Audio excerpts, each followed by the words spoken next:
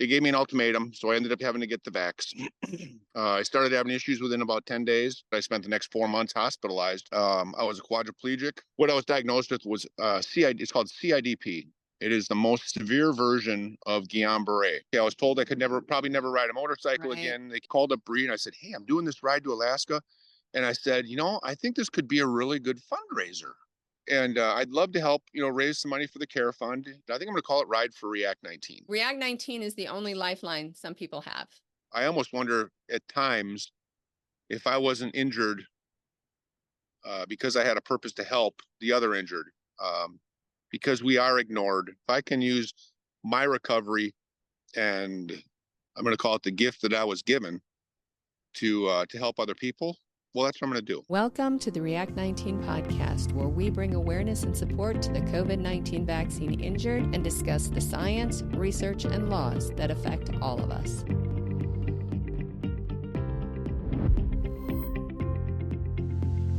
Hi, everyone. Thanks so much for joining us today. I am Ann Forty with the React19 podcast, and today we are going to hear a remarkable story of perseverance from my guest, Steve Wenger, a man who journeyed from incredible adversity caused by a COVID vaccine injury to inspiring humanitarian advocacy for all the COVID vaccine injured, and how that was accomplished through what I would, without a doubt, say a remarkable attitude.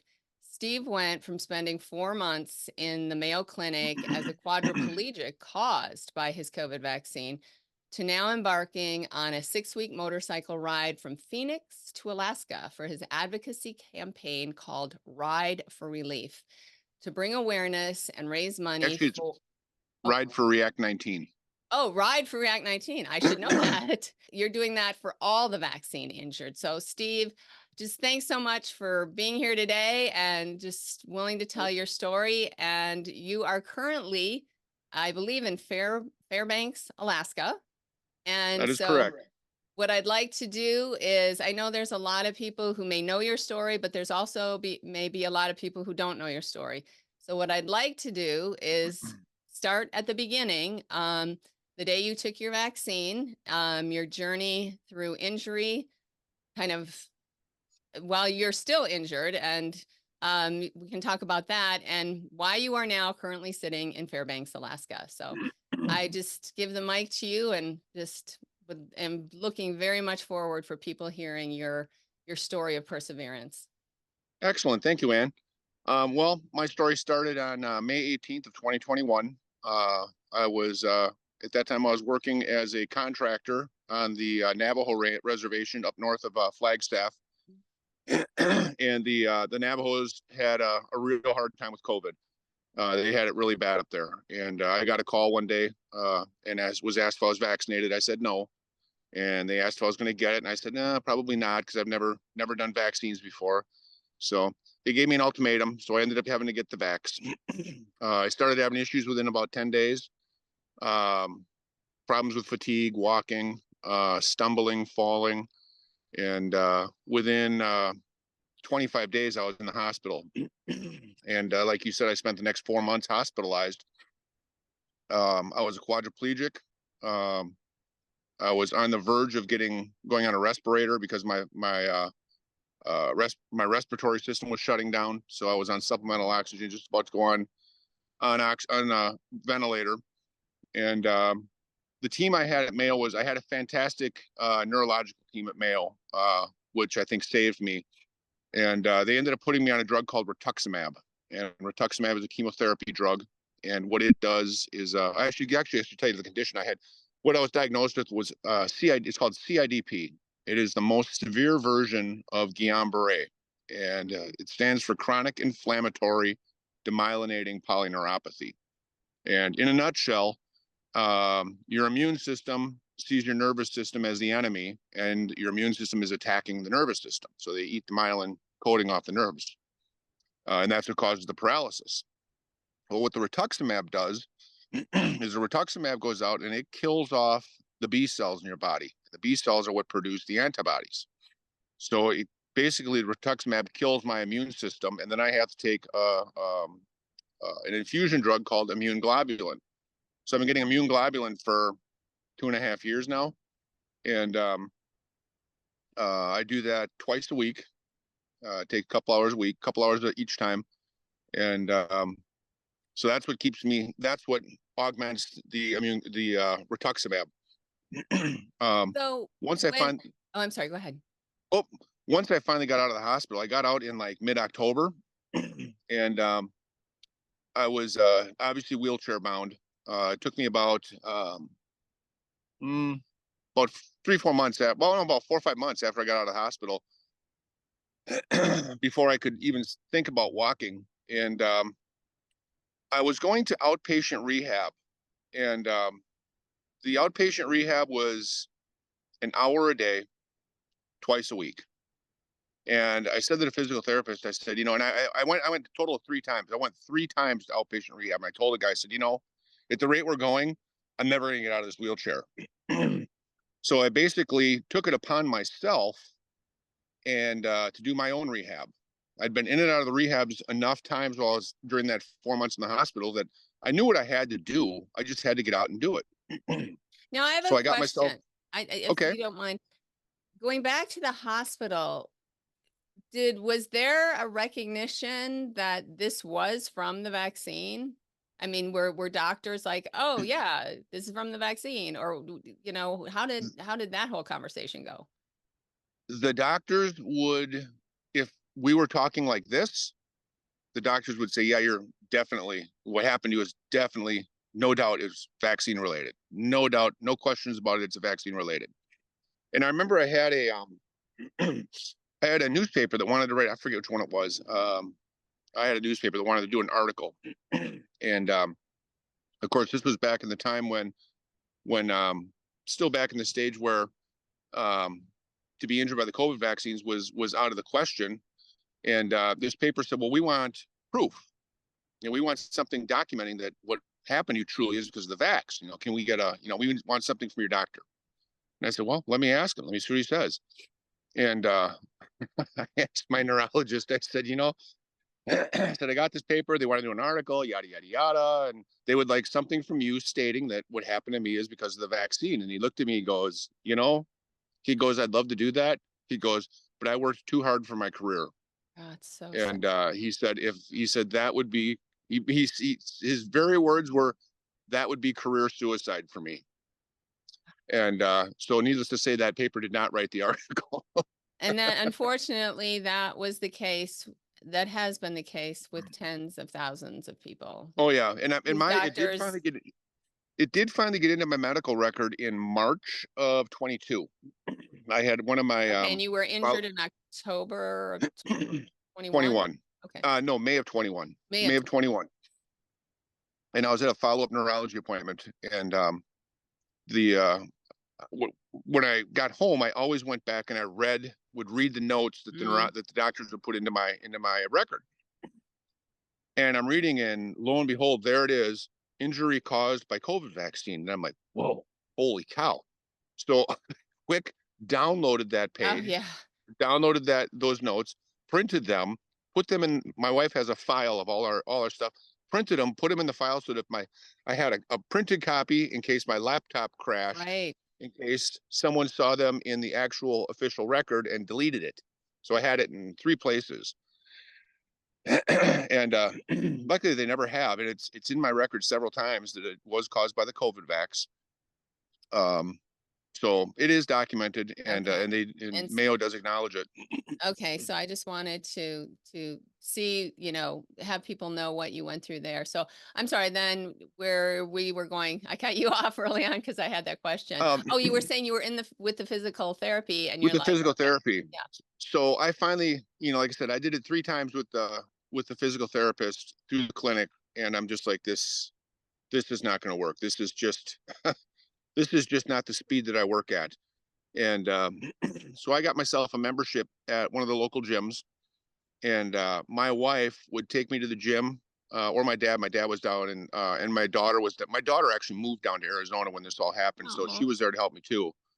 And so I'd go to the gym with Aaron at 7 o'clock in the morning, and I would start out on the recumbent bikes, and when I would get onto the recumbent bike, they would kind of slide me into the thing, and we would take the straps that hold your feet onto the pedals, and we'd flip them down so that it was like a heel cup, and then I could rest my feet in the heel cups, and then they would take athletic tape and they would tape my feet to the pedals.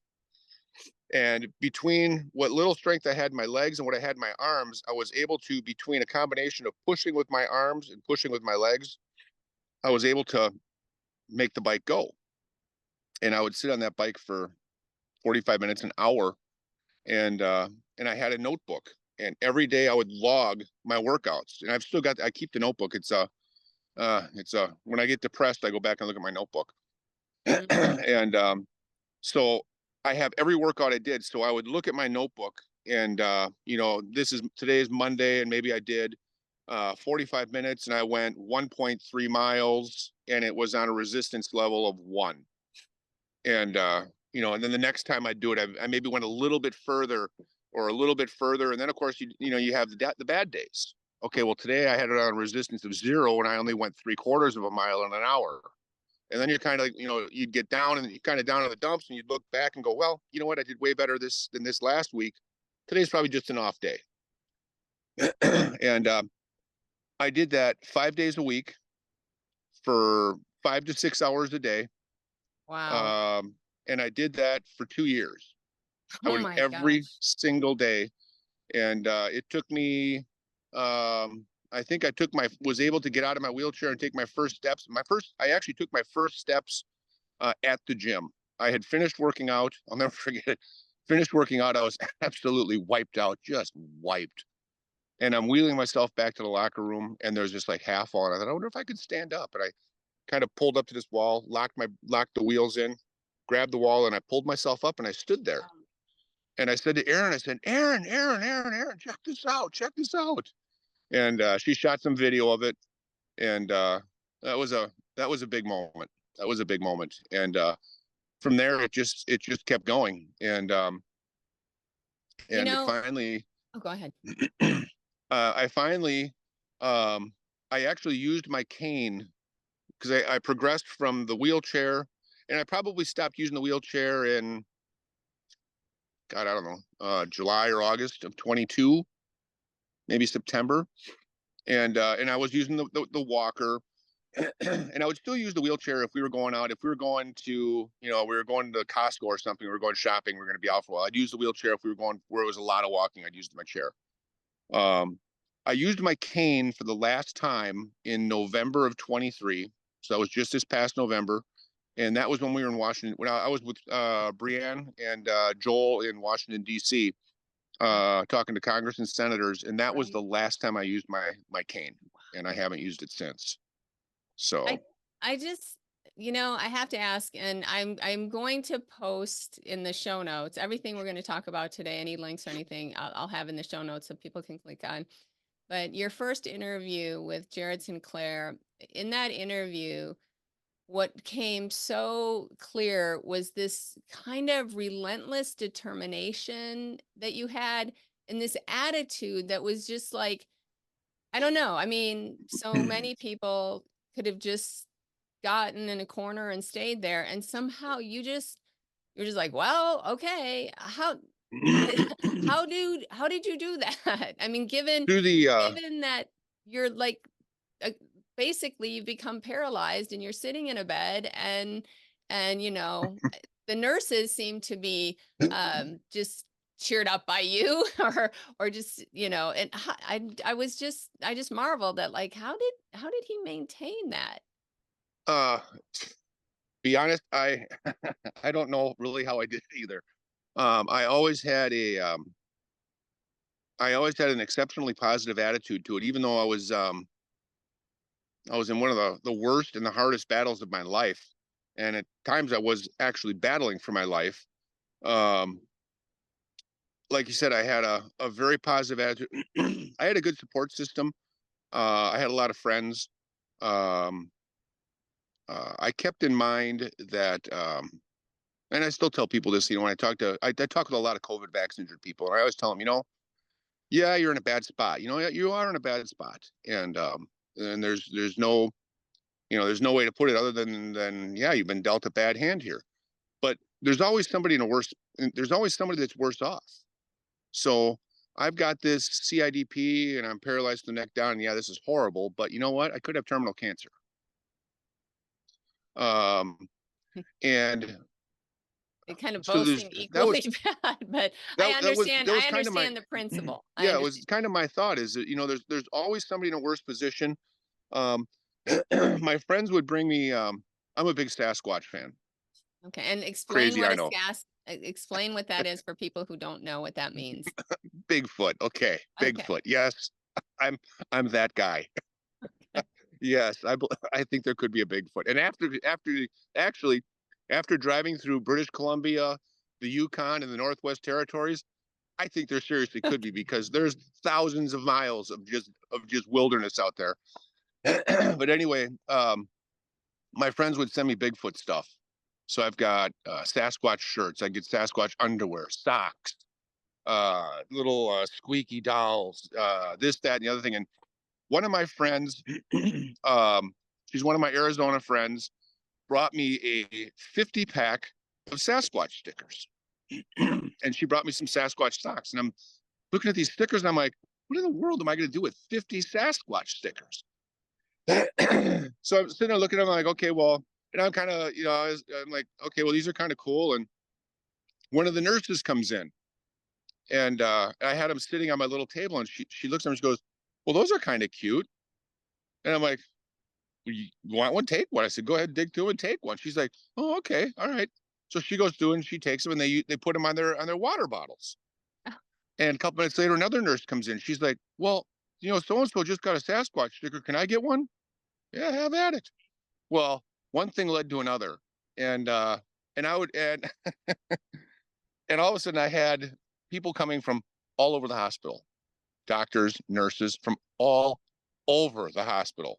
Oh Are my, you the guy with the Sasquatch stickers? Yeah. Well, can I get one? Sure. What the heck? Here you oh go. my gosh. So Oh my my, wife ended up buying me 3 more packs of them. I went through 4 packs of 50 Sasquatch stickers, unreal. and they were everywhere. And so that really helped. Like I said, I had people coming from all over to visit me, which helped. I had a friend of mine, Tim. I was a firefighter back in Wisconsin for 18 years, and a friend of mine, Tim, had a bad health emergency prior to us moving to Arizona, and I did a fundraiser for him, and I raised a whole bunch of money for him, and really helped him out of a tough spot. And I remember one day I was laying, and this was when I was just about at rock bottom, and I'm laying in my hospital bed, and all of a sudden one of the nurses comes in, and she says to me, she goes, Dr. Jellyfingers is here to see you. And I'm like, Dr. Jellyfingers? I'm like, who the hell is Dr. Jellyfingers? And I'm like, well, that's about the one spot they haven't explored yet. So I'm like, well, send them in and let's get it over with. And in walks Tim. So he Oh, flew out. He flew out from Milwaukee to surprise me, and that was a huge moment. And he was there, like I said, he was pretty much there when I just about bottomed out, and so he had really good timing on that. But all right. yeah, So, okay, so you were there November. That's the last time that you used your wheelchair used my cane. Yep. and use your cane. And so take us to what prompted you, how did you get the idea to be like, oh, hey, I'm gonna go on this massive motorcycle ride, which you were told at one point in your injury that you'd probably never ride a motorcycle again. And here Yeah. you are riding thousands and thousands of miles. So how did that all happen? This is a ride that my friend Mike and I had actually planned in 2020. We had talked about it for a year, and we decided in 2020 we're going. We're going to do this ride. And of course, then COVID hit, so the ride got delayed. And then we thought maybe 21. And then, of course, I had my back injury in 21. And in 22, I still was not even close to being ready to go. 23, I wasn't even ready to go. And 24 came around. Canada lifted all the restrictions. And so we said last September, I said, well, let's do it. Let's end of May 24, we're going. And So as the time got near, I think it was in January, I sent a message over to Bree and I said, hey, I said, you know what? I said, I've got this great idea. I said, I'm doing this ride up to Alaska on the motorcycles. And I should digress. Let me digress real quick too.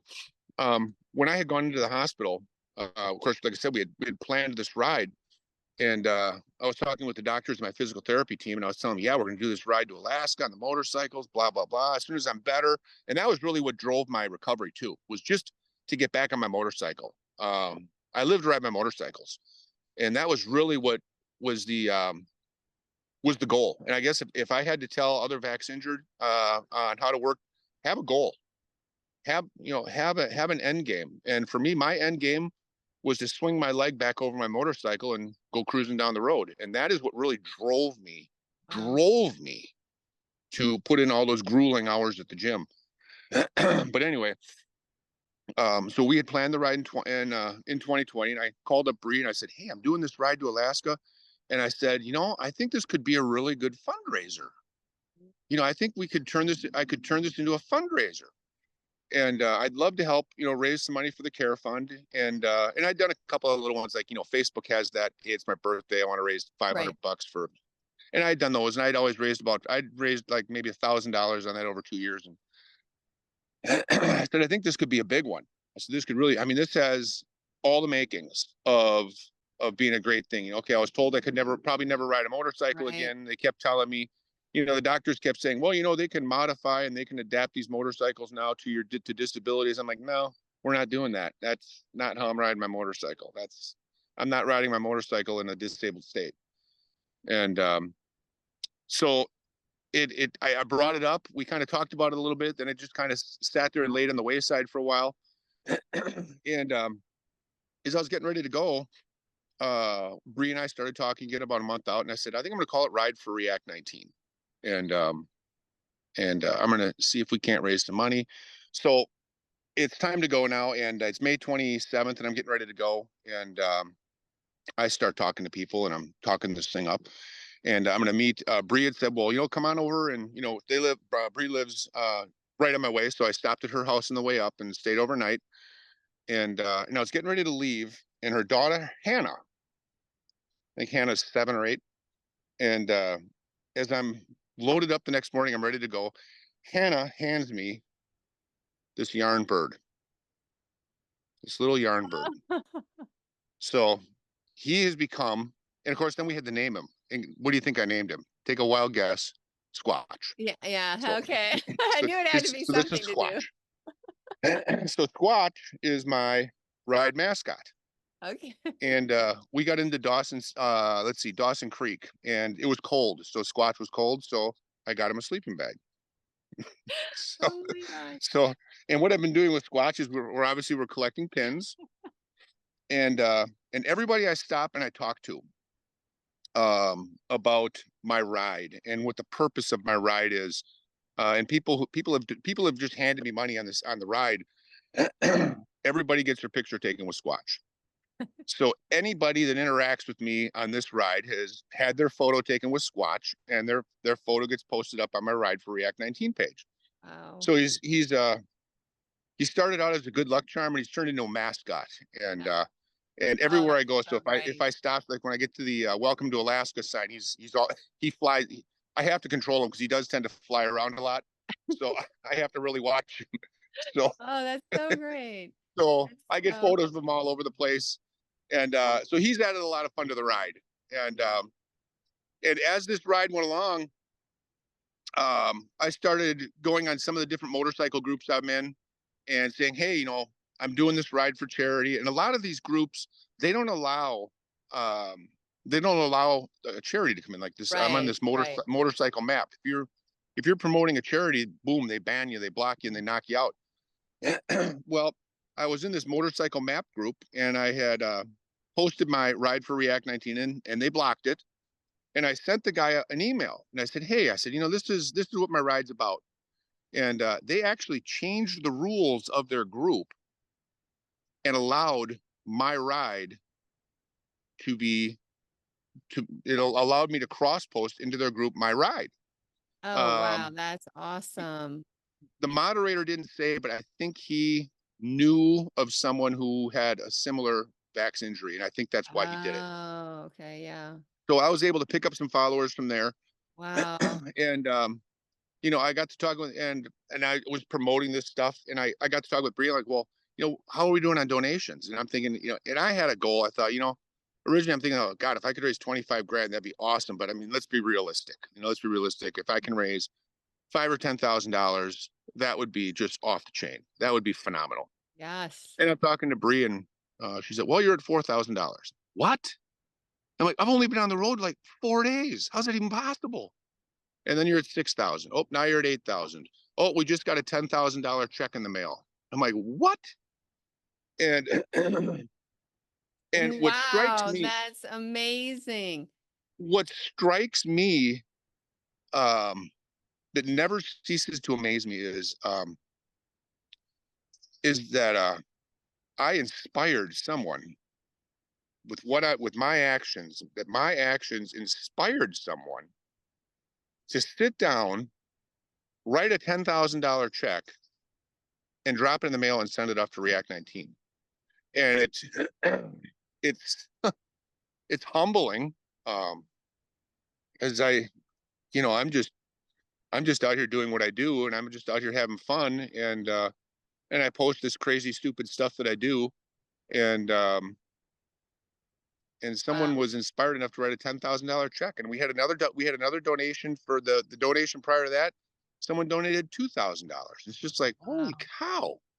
Wow, Um, that is just remarkable. That is just, so that and now your journey started May 28th, or started right? May 28th in Phoenix. And it goes, we're what, about 3 weeks in? It goes, let's see, I actually have to, because actually the case I'm doing have my phone sitting on is my medication case. I should get into that too with this ride. Yeah, I will I definitely, I will definitely post, I'm gonna link back to your Facebook page, Ride for React, what the Facebook, 19. yeah, Ride for Yep. React 19. So I'll link to that because I really think the video you did last night. So Steve shows how Oh, you do your treatment and you put, 5 needles in you. And I mean, you go through the whole thing. But what is amazing about that video is like your attitude. I mean, you're like kind of joking all the way through it. And I mean, literally somebody could just be in tears over that. yeah. And here you are, and it's like, oh, well, thank you for this. And you just show like, hey, this is life. And you just kind of go with it. And I really want people to watch that video. So, and that whole, everything on that Facebook page, it just really gives a glimpse of who you are and what this is all about. And I just think that's so helpful. It's turned into such an incredible ride and such an incredible adventure. Like I said, it's so humbling, um, to know that so many people are, especially, you know, uh, things are expensive right now. Times aren't the greatest right now, and people are still they're donating money to us, and I'm inspiring that, and it's just it's hard to describe. It's hard to describe that feeling. I love it. I really enjoy. Yeah, it's just I don't even know how to describe it. I don't even know how to describe it. It's Well, very humbling. yes. And when it just shows what happens when each one of us does our little part, Yep. I do my little part, you do your little part, everybody does their little, and just trying to reach humanity with the message of what has happened, and to help our fellow man through all of this. Yeah. Okay, so you're on for 3 more weeks, did we say? How does the I've rest of got this work out? I I've actually got to start heading home next week Wednesday. I Okay. have 4 more infusions in my case. So I have and I figure I'm about a 9-day ride from home. So I've got I do my infusions on Sundays and Wednesdays. So I've got this Sunday and next Wednesday, and then I've got 1 week left. So start it next Wednesday. I have to start heading back. Okay. And when we, Unless I'm sorry. Unless, of course, I can get the pharmacy to send me more or more of the IG up here. Okay. I may just do that and have them send it up here and just keep going. And when Steve, just so the audience knows, when you're talking about these infusions, these are, these infusions that you do twice a week, where you're hooked up to this pump and, runs for an hour and a half or so. You talked about the cost of that. That's $10,000 twice a week for the rest of your life. Twice a week. I did the numbers, and yeah, each infusion runs about $10,000. Is what is billed to the insurance company, and when you start running those numbers, they're pretty staggering. The You're figuring $20,000 a month. So when I left home, I've got just a Pelican case here that had all my immune globulin in. I had $100,000 worth of immune globulin riding on the back of my motorcycle. When you think about it, and that's a month. That was for that's 5 weeks. And then when you think about that, that's absolutely ridiculous. But yeah, you start taking those numbers, and you're talking $1.2 million a year. And your insurance is covering this? Well, because I'm on CIDP, I'm considered disabled. Okay. Because I have no feeling left in my fingertips. I have very little feeling below my knees. My feet, I really have no feeling in. I just have neuropathy in my feet. They just vibrate, tingle, and burn all the time. But as far as one of the tests the neurologist will do every time I go in is they do a pin prick. They'll take a pin and they'll just start poking you in the foot and poking you in the legs, and rate this on a 0 to 10 scale. And my feet are all zeros, and pretty much up to my knees are ones and twos. And once you start getting towards my upper thigh, that's where I start to actually have some feeling. And my fingers too are all zeros. I have no feeling in my fingers. Wow. So I forgot where I was going with that. I think it's important for people to realize who have not been where their vaccine injury has not been acknowledged, and they can't get insurance and they can't get disability. Oh, insurance. Yeah, for people who need the treatment that you are getting and are locked out of it. I mean, this is why the Care Fund exists. This is why React19 exists, because there are people, and I think we know some of them, absolutely, who have nothing. Their doctors have gaslit them. There's no acknowledgement. They've filed for the CICP. They've been denied, but they are sitting right where you are. And they're like, right. I'm going to lose my home. I have used my entire life savings. I have nothing left. And if it weren't for React19 and people like you bringing awareness to this, React19 is the only lifeline some people have. For some of these people, it is. And I think it's important for people to realize the importance. Yes, this is kind of a fun little fundraiser, but it has serious ramifications and help for those who are in such great need. So I just wanted to make sure we talked about that. One thing I do want to bring up, I know this is kind of a dicey issue, but I'm going to bring it up anyway. When I was laying in my hospital bed, I was hooked up to oxygen. I was paralyzed from the neck down. I'd been that way for quite some time. And I was at the stage where I wasn't sure I was waking up the next morning. And the doctors had already told me if something doesn't turn, you're going to be ventilated. It was a real bad spot. And the nurse came in one night, and it was time to, she turned off the lights. It was probably 10:30 at night. And I was laying in my bed, and my whole room lit up. And people are gonna maybe think I'm crazy when I say this, but I'm going to say it anyway. Standing on my side was an angel right next to me. And I personally have never been religious. I've been to church a handful of times. My attitude always was, maybe there's a God, maybe there's not a God. I don't know. I'll live a good, clean life. I help people when I can. And if there is a heaven, maybe I'll get in on those merits. Now here I am laying in the hospital, and here's an angel standing next to me. And to be honest, it was terrifying. It was absolutely terrifying when she appeared, because the state I was in and the stage I was at, I honest to God thought she was there to collect me. And I thought, yeah, this is it. Well, then she disappeared. And I had time to think about it. And I thought, okay, well, if she was here to collect me, she would have taken me with. But I'm still here. So maybe she was here to tell me that the worst is over, and things are going to get better, and that maybe I have, a purpose to accomplish here. And it was 5 days later that this was the first movement I got. This was the first movement I had. And 5 days after she was there, this is what I was able to do. And I'm like, oh my God, wow. Okay. So maybe things are going to get better. And like I said, things got better after that. But I think about that moment a lot. And it does, it does still get emotional for me. I think about that moment a lot.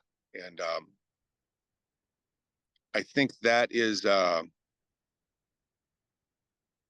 big part of why I do what I do, because I think I almost wonder at times if I wasn't injured because I had a purpose to help the other injured, because we are ignored. And I was, I guess if you want to call it lucky,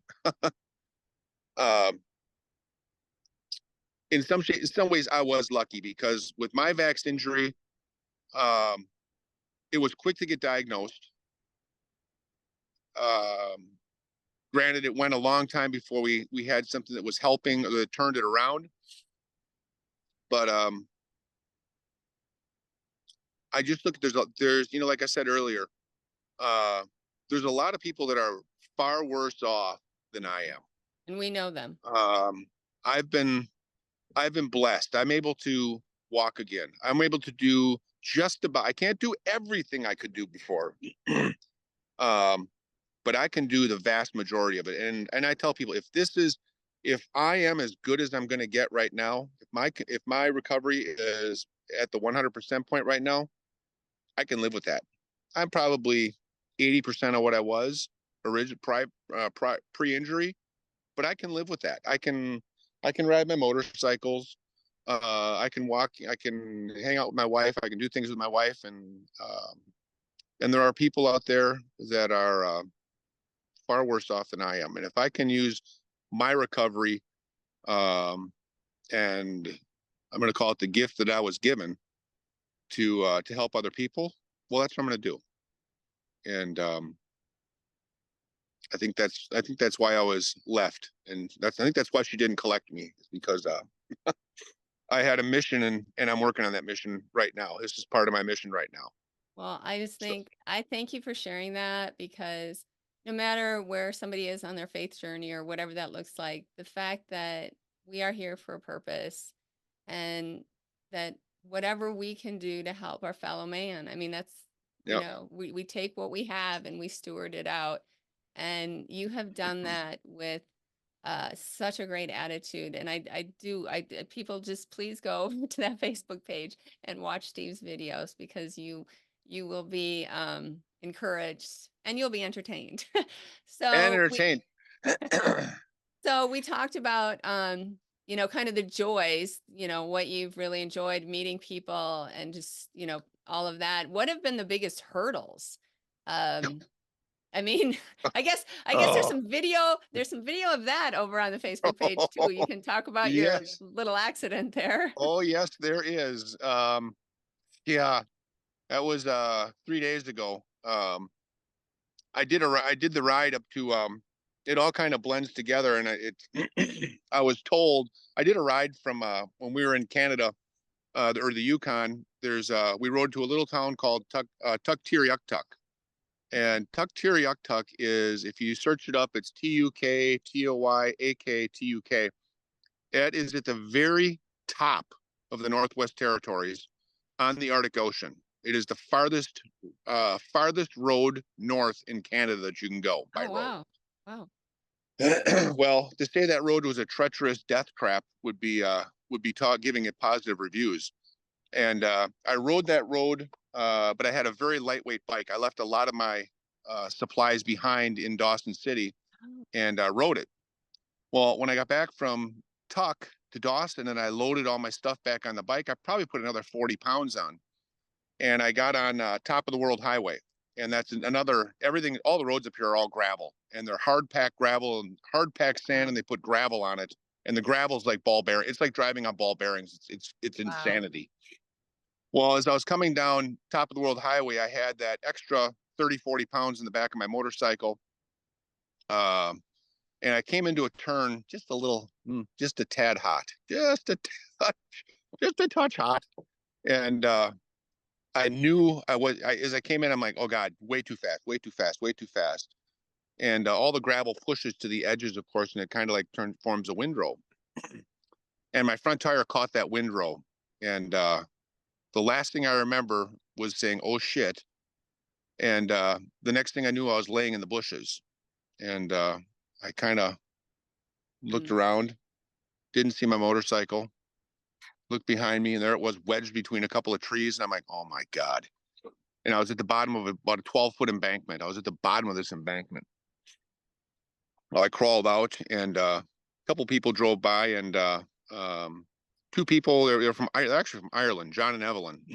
John and Evelyn stopped, and John was dead set to get my motorcycle out of there. And between the two of us, we finally kind of wrestled it about halfway out. And then another gentleman, Alan, and his wife stopped, and Alan had a Jeep with a winch. Alan was truly sent from heaven. And we hooked up that winch and dragged my Such a motorcycle Steve out. story. It's just such. Oh God, we dragged that thing out.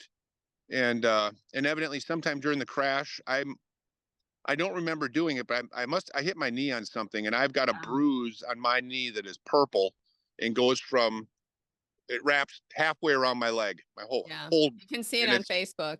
oh, it's huge. Oh, Yeah. it's huge. And again, looking at the positive side, um, I have neuropathy to thank that it didn't really even hurt. I barely even felt it. So, so there we go. There's a positive side to everything. Oh my goodness. Oh my goodness. Yeah.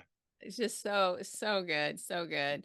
Um, so you've kind of given your best advice for the injured. What about those who are the caretakers of the injured? And like you have been very blessed again to have people who believed you, your family has supported you, you've had people around, again, blessing. So for those that are the caretakers, or if you just know somebody who said that they're injured, what do you want to say to those people? The How can they caretakers, I help? think, in honesty, the caretakers have some of the worst, have the hardest jobs. Um, for my wife, I look at Amy and what she's had to deal with. We lost my income um, for 2 years. I was really pretty restricted in what I could even do. So now all of a sudden, Amy's responsible for doing all the stuff that typically I would be doing. Um, it was, if I'm sitting in a chair, it's difficult for me to get up and do something.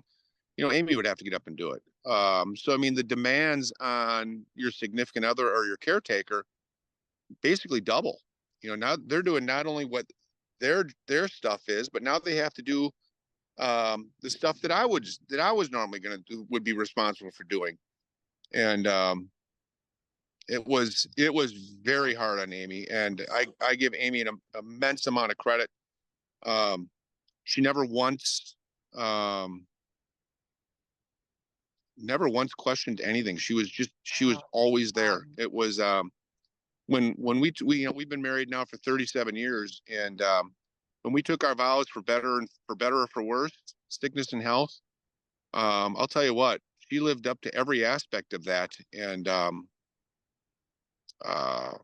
I just I owe a lot of where I am to Amy, and because That's wonderful. It's a wonderful thing. um yeah, I it's funny because you love your spouse, but it took on a whole new meaning and a whole new level with what we've dealt with for the last almost 3 years now. It took on a whole new level, and she's been so supportive in everything I do. I mean, I don't know how many wives out there would let their husbands go out on a 6-week ride on a motorcycle through Alaska and through Amy, you're a remote saint.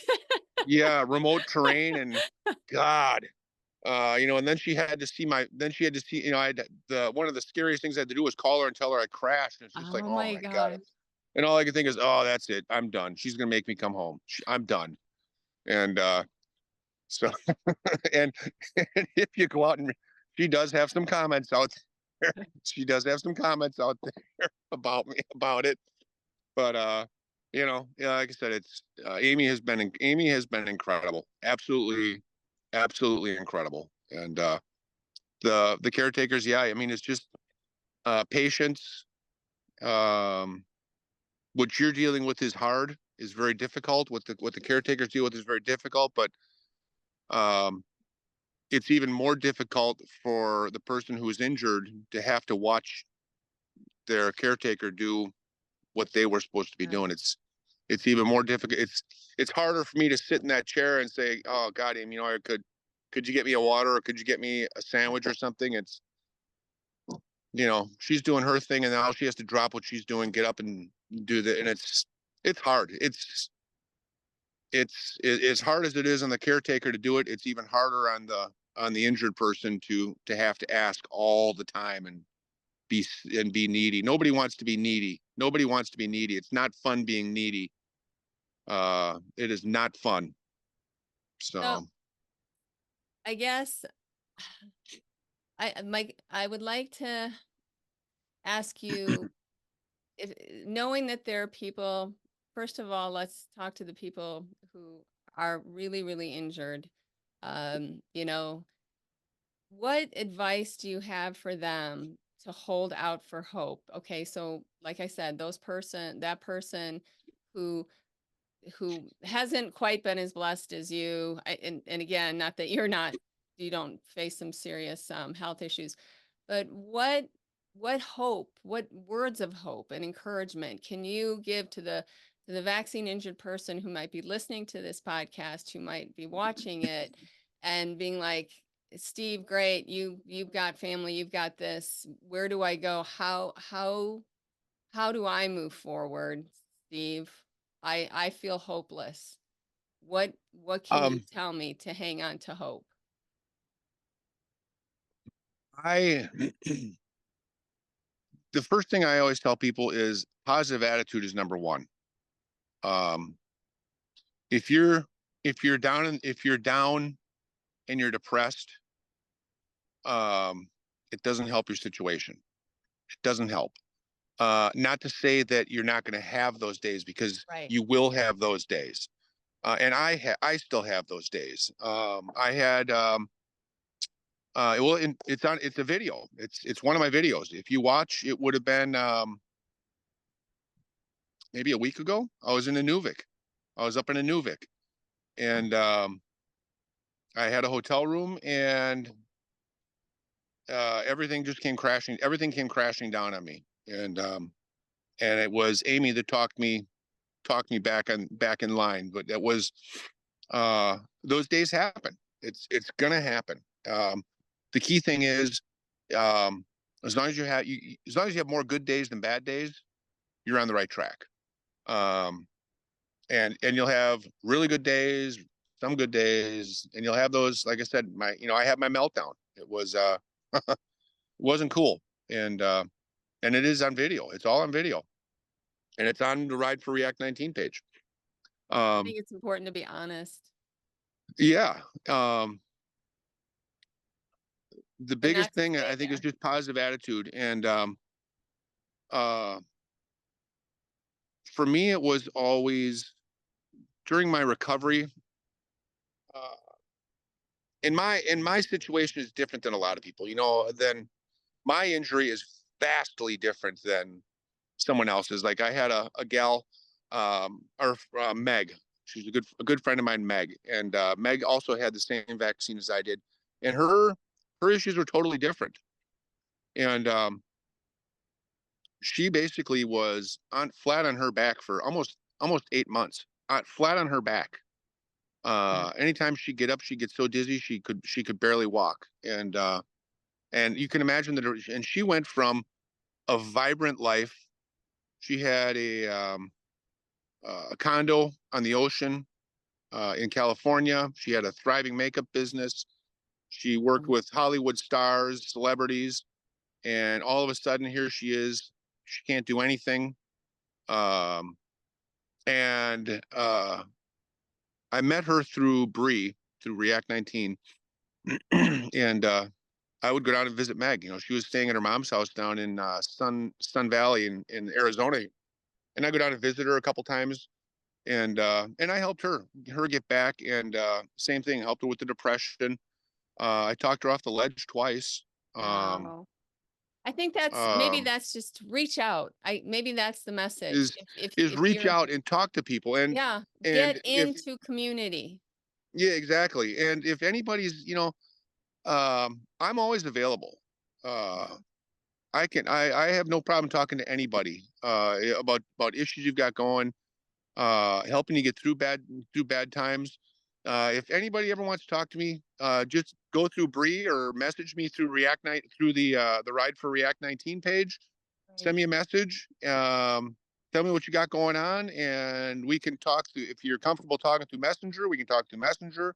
If you want to talk on the phone, we can talk on the phone. If you want to do a FaceTime video, whatever. I'm open to helping anybody. That is, if I can help you if I can help you get through some rough times, I have no problem doing that. And I think what I've seen, I mean, I am not injured. I'm just somebody who, whose heart has been so burdened for what I've seen. And what I have seen more than anything in the vaccine injured community is you guys are family. Like, you guys take care of each other. You're there. You're not leaving anyone out on the field. And I think if there is anyone listening who maybe doesn't have that community, know that it exists, and there's somebody out there who wants to help you and to come alongside. Yeah. One of the hardest things to hear is and it's any, it's this case for anything, is when you hear someone who's vaccine injured that ends it. I know that it's crushing. It's crushing to hear that, because it's just because there is a road to recovery. It's just a matter of, and you may never, and I tell people too, you know what, you almost have to reinvent yourself. You have to at times you have to reinvent yourself around your injury. And like I said, for me, it's a new life. It's a new life. Amy and I like to hike. Amy loves to hike, and I'm like, well, whatever, and I'll go with her sometimes. But I can't. In my state now, I can't go with her anymore. I can't go hiking with her anymore, because for me to walk on unstable ground or uneven ground, I just can't do it. I just don't have the strength and the even like almost like let's say coordination. My ankles will buckle. I'll end up, in fact, right after in November, I think I'd been about a week without my cane, and I'm walking the dogs over to the park, and the sidewalks by us the curb is kind of just a sloping curb. Oh, right. And I step, and I kind of, I'll get dizzy spells sometimes, and I'll just kind of like veer off to the left. I'll be walking along, and all of a sudden I'm going to take a hard left or a hard right, and God only knows where I'm going to end up. And this time I was walking the dogs over to the park, and I got one of these dizzy spells, took a hard left, and stepped on this sloping curb and broke my damn ankle. Oh, so that was nice. Oh my! That was nice. And so then I had to deal with that for 6 weeks. And of course, when I went down and broke my ankle, I twisted my other knee and tore a ligament in my other knee. So it's So it's just, and this is with my ride coming up. It's just like, okay, I got to get this Oh fixed. my gosh. Oh, So yeah, again, so that spirit of perseverance, that spirit of there's always those little added obstacles, and yeah, yeah. well, So gosh, we've gone through this. We've been talking for almost an hour, and we haven't even said how to donate to this ride that you're doing, and that'll all be in the show notes as well. But people can text the word React, REACT, to 50155, or you can go to the React 19 website, react19.org/donate. And give as Steve, as you have said, whether it's $1, $5, $10, $10,000. yes, indeed. Every single dollar matters. Every single dollar that you give goes directly to the vaccine injured. There's nothing kept, and it's all tax deductible. So, and they've made it. React19 has made it as easy. I mean, you can donate, credit card, cryptocurrency, write a check and put it in the mail. Yep. There's no obstacle to giving. And so Yep. I would encourage people to continue to check out Steve's journey over the next couple of weeks. Go check out that Facebook page. It's just fun. It's just fun, and you're helping a cause. And Steve, is there anything else that you'd like to leave the listeners with before we sign off? I just want to invite everybody. If you're not already, I want to invite you guys to ride along with me. Today's going to be a good day. We're going to be riding down through Denali National Park. We're going to be heading into Anchorage. We're going down to Homer, Alaska. We're going to be in Seward. We're going to be riding in Valdez. The Seward Highway is supposed to be spectacular. Valdez is supposed to be spectacular. We're coming home on the Cassiar Highway, which is the west side of the Rocky Mountains, down through Canada, down towards British Vancouver. So I want to invite you guys to ride along with me. I do a morning thing, I always do a morning post and an evening post, and follow my adventures, follow Squatch's adventures, because Squatch wants you to come along too. Yeah, it's an awesome ride. I hold nothing back. I show the good, I show the bad, I show the ugly. Yeah. I could have just as easily just chosen to not put all that fun stuff and that it's I've been riding motorcycles for 40 years, and it's pretty embarrassing to have a video out there of my motorcycle getting winched out of a ditch. So yeah, the ego. I think the biggest injury in that crash was my ego, to be perfectly honest. So all right. yeah.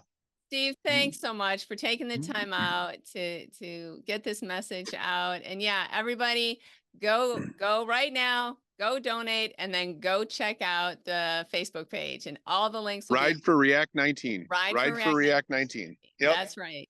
All right, everybody. Thanks so much. Thanks so much, Steve. Thank you, Ann.